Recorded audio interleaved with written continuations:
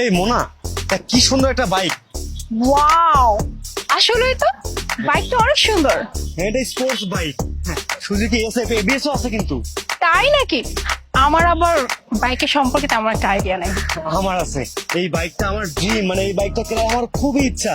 আর বাইকটা দেখ কি সুন্দর করে মডিফাই করছে। আমার মনে হয় 2-3 লক্ষ টাকা খরচ করে এই গাড়িটা মডিফাই করছে। মোনা, আয় তো একটা ছবি তুলে দে, আমার খুবই শখ। চল চল। চল। পোজ দে। হয়ে গেছে। দেখি। আচ্ছা দোস্ত, তুই যেহেতু তুলেছিস, আমিও এত সুন্দর বাইক কখনো দেখিনি। আমার একটা ছবি তুলে দে না। যা। আচ্ছা।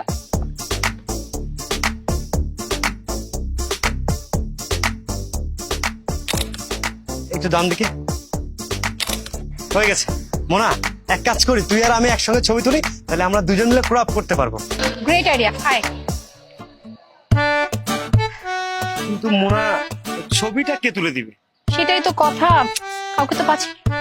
ওই যে দেখ, হ্যাঁ, ওকে রাখবি। হ্যাঁ, হ্যালো, এক্সকিউজ মি, এদিকে আসেন তো। কাইন্ডলি আমাদের একটা ছবি তুলে দেবেন প্লিজ। শিওর।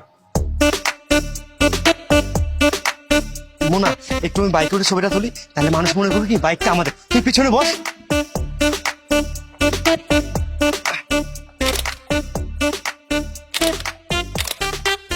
নিন।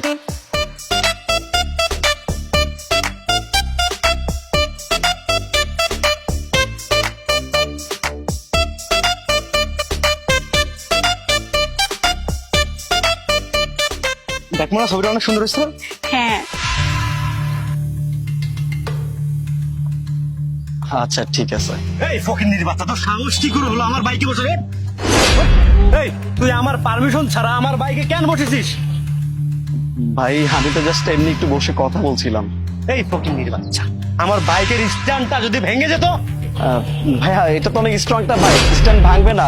আমি বসলে তো স্ট্যান্ড ভাঙার কথা না। স্ট্রং কি না সেটা আমি জানি, আর তুই কি পারমিশন নিয়েছিস যে আমার বাইকে তুই বসলি? এই বাইকটা কি জানিস, এই বাইক হচ্ছে সব বাইকের বাপ। আচ্ছা সরি ভাই, সরি আমার ভুল হয়ে গেছে। ঠিক আছে, সরি বললাম তো, আমি যাচ্ছি। সরি বললেই সব সমাধান হয়ে যায়? এইখান থেকে যা, চোখের সামনে থেকে যা। বাইকে বসতে এসে